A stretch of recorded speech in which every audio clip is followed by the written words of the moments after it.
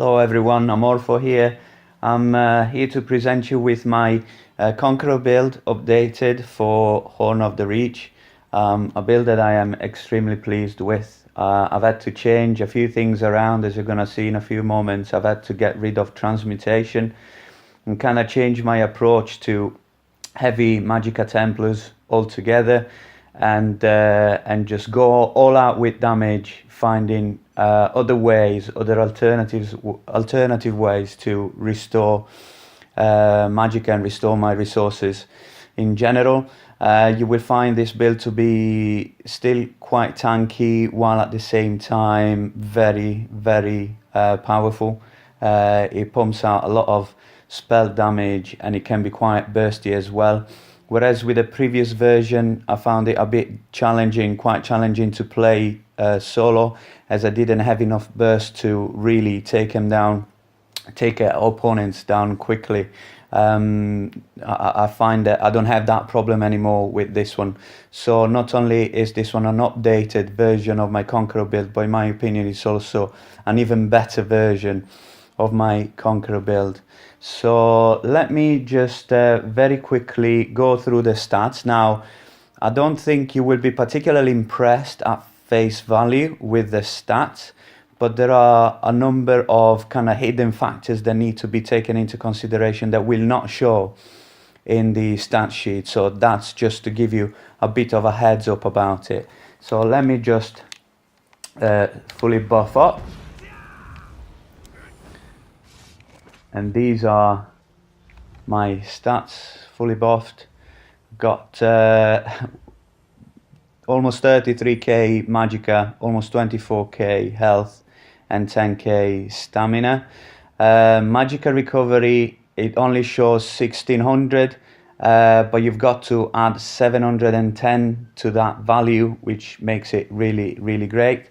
Also spell damage, it shows 2500, almost 2600, but to that value you need to add another 400 from a set that I'm using, which you'll see in a moment, and plus another 200 potential that you get from one of the heavy armor passives.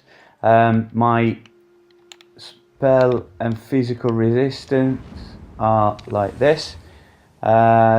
Almost 26k spell resistance, almost 23k physical resistance, and I've got about 2500 critical resistance. Now, because I'm not using transmutation, this one's not going up to over 3k, but it's okay, because I find 2500 crit resistance in full heavy armor is still very decent. It's quite tanky. As usually, I use Witch Mother's Potent Brew for drinks. I'm a vampire, stage 4, and for my boon I use the Atronach, that with this patch offers greater Magicka returns. So let me move quickly into my inventory and just show you what I'm using. Now, as you probably have guessed, the monster set that I use this time is not Valkyn's Core, it's the Engine Guardian, which is great for its returns, because when you're a Magicka Templar, a heavy Magicka Templar in particular, that doesn't really rely on shields or anything, anything really comes in handy, be it health recovery, stamina recovery, Magicka recovery. And Engine Guardian, even though with other builds it may as well be a bit inconsistent, with this particular build it just works perfectly. I always, very rarely I run out of stamina, and very rarely I run out of Magicka, but in those cases, in those circumstances, just pop a potion or do either a light attack with my Resto Staff or with my 2 swords at the front, and I am good to go again. Then obviously we've got Rattle Cage. I just cannot live without this set. It's just terrific, as it offers major sorcery at all times. Already pumps out quite a lot of damage, as it's got 2 spell damage bonuses, In fact, it's 3 spell damage bonuses because the 5th piece adds another 97 spell damage. But paired to this one, I have put War Maiden's jewelry with 2 swords on my front bar. Now, War Maiden is again great for Magicka Templars because it offers a 5th piece bonus, which is almost 400 spell damage to our Magicka damage abilities, which are basically all of them apart from one, as I'm going to show you in a couple of moments. So that really brings our spell damage overall nearing 3200 spell damage. It's just great.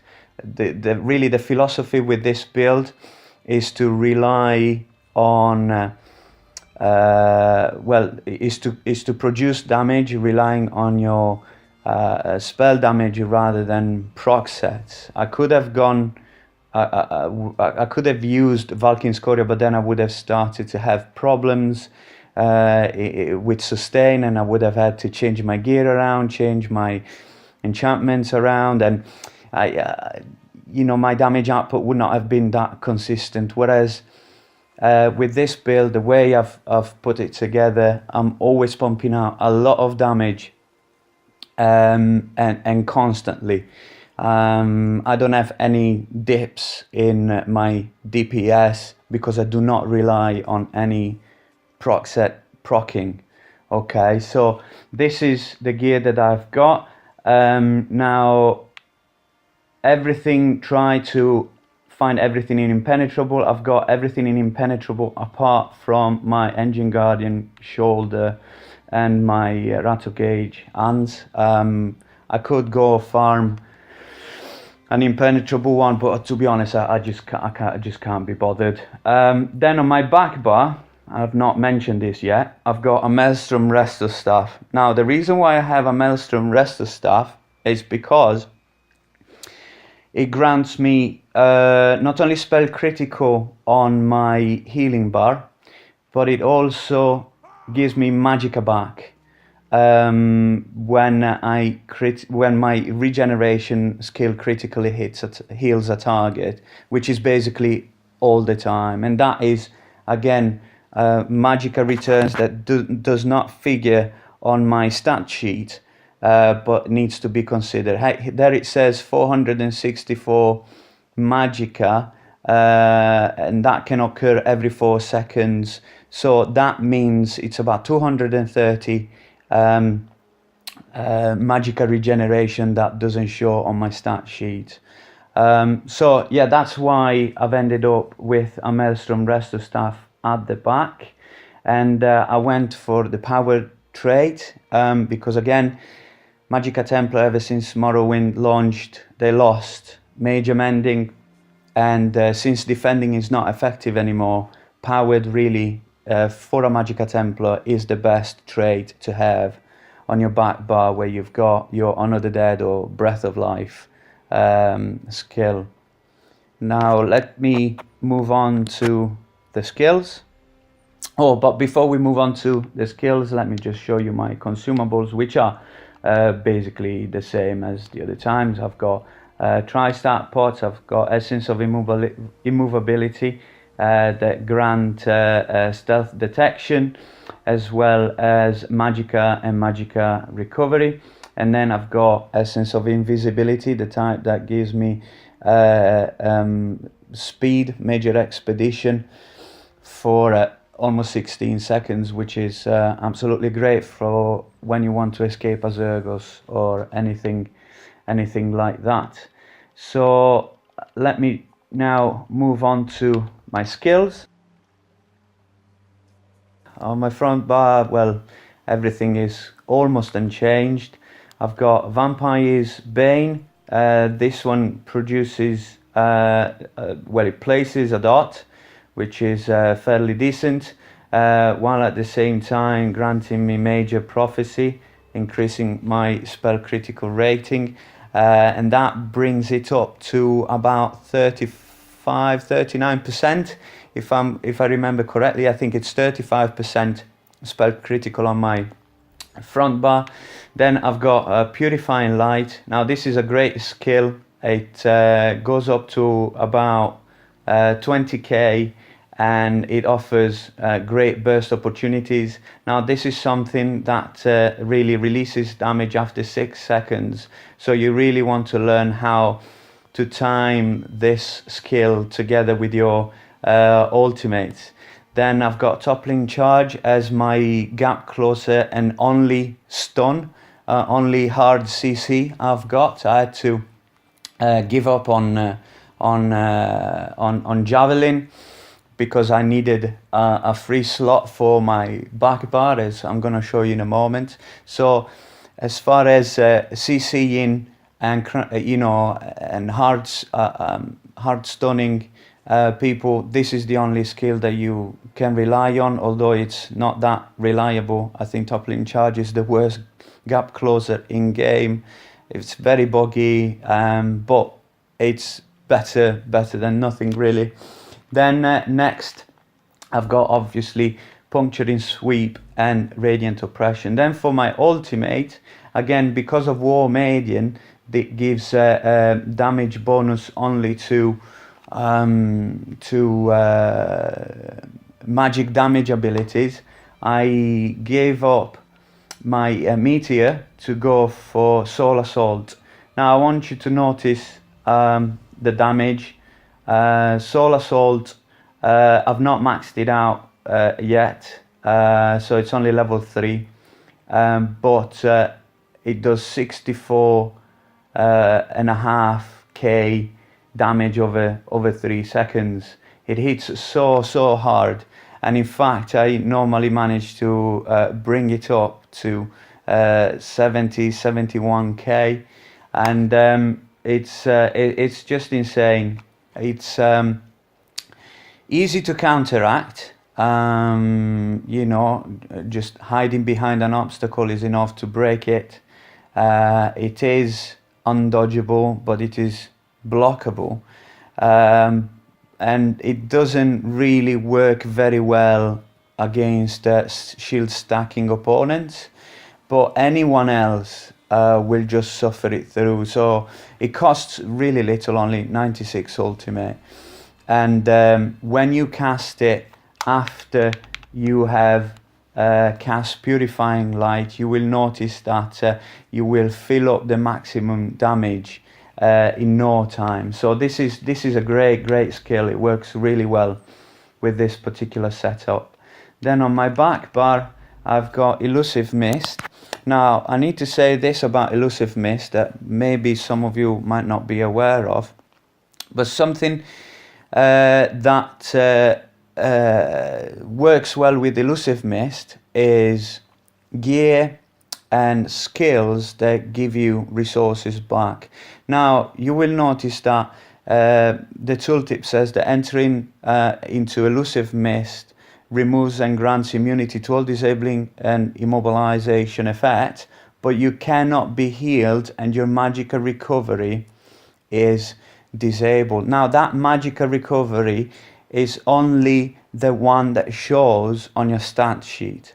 That means that the magical returns that you get from Rapid Regen, the magical return that you get from Channeled Focus, and the magical return that you get from your Engine Guardian does not apply. This means that you can regenerate your magicka even when you are in mist form. So this is something really useful to know, particularly when considering resource management. Then I've got Honor the Dead. Obviously this is the selfish morph, the one that grants more healing to yourself and is still there. Then I've got Rapid Regen to proc the special enchant on my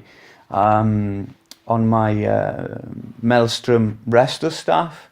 That again gives me back health and it gives me back magicka. Now this one works quite well with Purifying Light, because when Purifying Light expires, it leaves a pool of sunlight that heals me and a nearby ally for just over 3k health every 2 seconds for 6 seconds. And at the same time, I've got rapid regen that heals me up for over 19k over 16.5 seconds. So this is all extra heal over time that enables me to continue to pump out damage while without having to really worry about my health bar. Then I've got Ritual of Retribution. Now I've not remorphed this one. I normally would use this one if I used Scoria, because it applies just another dot that can proc Scoria, but because I'm not using Scoria anymore, I would rather go with Extended Ritual that cleanses 5 instead of 2 harmful effects, but it doesn't, and it lasts longer, so I don't have to cast it as often, which again helps with sustain. And so it is a better option for this particular setup. But as I said, I've not remorphed it yet. I will do it as soon as I'm bothered. Then finally here, I've got Channel Focus. Now, the great thing about Channel Focus is not only the fact that it gives you major resolve and major ward that increases my physical and spell resistance by over 5k, but I also recover 120 magicka every half second, and that means a magicka recovery of 480, which again doesn't show on my stat sheet, but that needs to be considered. And that applies to applies not only when I'm standing on it, but up to 8 seconds after leaving it, which again grants me magicka regeneration even when I am more mobile. And then finally my ultimate is Devouring Swarm. Again, you could go for the Rest ultimate if you want. That's a great option, and it's very cheap, and I think it grants you damage mitigation of 30% for 15 seconds, which is really great. So that's a great alternative to Devouring Swarm, but I still stick to Devouring Swarm because I still like to produce damage, and again it's magic damage, so it's bonus. Well, it will benefit from your War Maiden set. Okay, so this is my skills. Let me now move on to the champion points. Got 28 points into Warlord to help me with my break free. I've got 75 points into Arcanist, or Arcanist, I don't know how you pronounce it, and then 43 into Mooncalf, because again, stam regeneration is quite important, in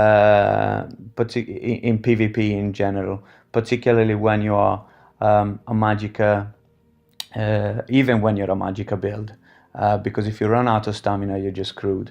You're completely vulnerable. Then I've got 32 points into Tenacity to help me with my magic and stamina sustain. You see, having swords on my front bar and a Resto staff on my back bar, it enables me to recharge my either stamina or magicka with either. You know, if I heavy attack with my swords on my front bar, I recharge stamina, and if I do the same but with my Resto staff on my back bar, I recharge magicka. So it's really great. It's you know, there's so far I've not found myself in a position where I run out of stamina or magicka unless I was surrounded by 5 or 8 players, and there was just no way I could get out of that fight without dying.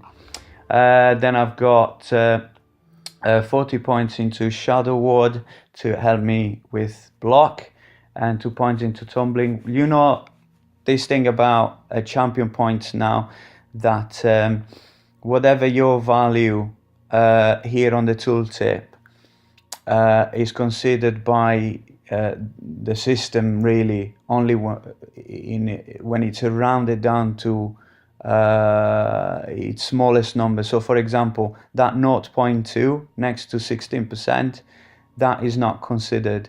So if I were to put an extra point into it and take it up to 16.31, that would not be considered. So you need to be as close as possible to the big number in order to maximize the effectiveness of your points allocation.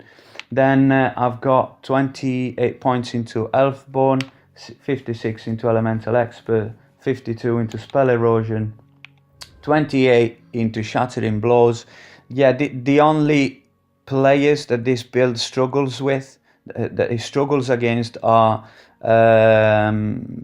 shield stacking classes. And you can find, obviously, sorcerers are on top of the list. But then any other magic class that would stack Harness Magicka and Healing Ward. This is why, for example, on my front bar on my swords, I've got an Oblivion enchantment. So you want to try and put as many points as you can in this in Shattering Blows to take down their shields as fast as possible.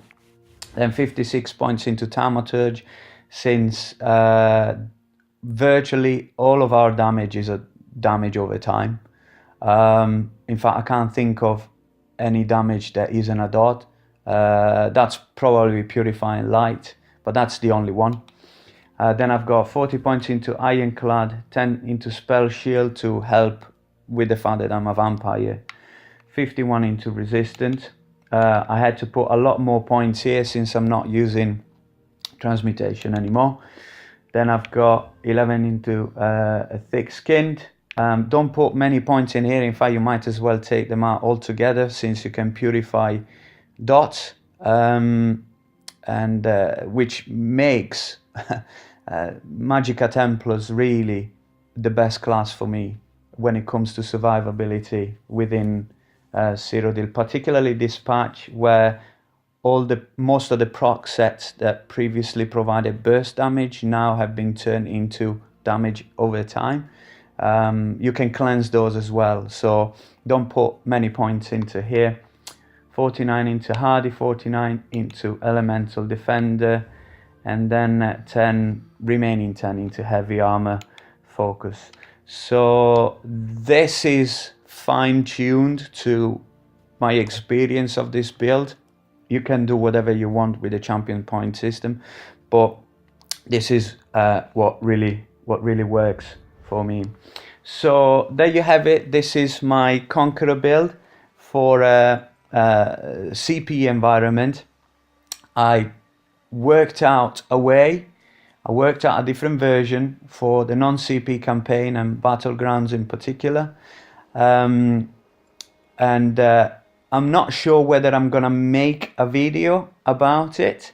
This because I found a website that enables me to theory craft in quite a useful way, and kind of work out all the stats on a potential build simply on paper. So I will actually put a link in the description of this with video to it, so you can check out the Conqueror build for no CP environments, so either no CP campaigns or Battlegrounds. Now, again, thank you so much for following me, and thank you so much for your interest in in this particular class and the Conqueror build. I hope this build will help you out as much as it did in the previous two patches. I'm pretty sure that you're going to love it. And one final comment. I just thought, if you're finding it hard to retrieve a Maelstrom Wrestler staff, because again, it's not something accessible to everyone, particularly the ones that are just starting, I would suggest going for a War Maiden Wrestler staff on your back bar, and then replacing Rapid Regeneration for Radiant Aura. which will grant you effectively a 600 magic regen for as long as you damage your opponent. So that's really what I would do if I didn't have a Maelstrom Resto staff. But anyway, this is it. If you've got any questions that you would like to ask me, feel free to leave it in the comment section below, and I will try and answer them as soon as I can. Thank you very much, and see you next time. Bye.